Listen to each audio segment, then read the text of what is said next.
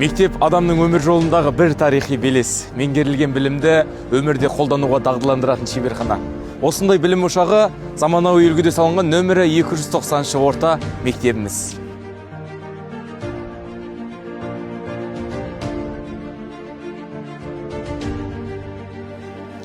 Мектебіміздің миссиясы өзгеріске бейім, бәсекеге қабілетті, рухани бай әрі білімді тұлғаларды тәрбиелеу үшін инклюзивті орта құру.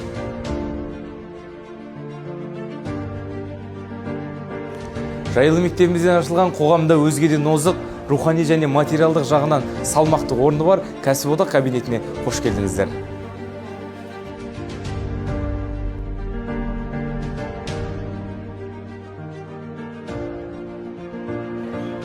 Кәсіподақ бастаушы ұйымының құқықтары кәсіподаққа қабылдауды және шығаруды жүзеге асырады.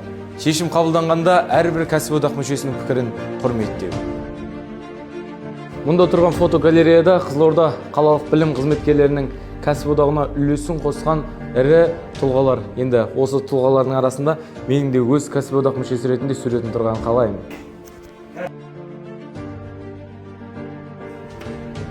Өз қолыңмен еккен егінді өз қолыңмен ойғанға не жетсін.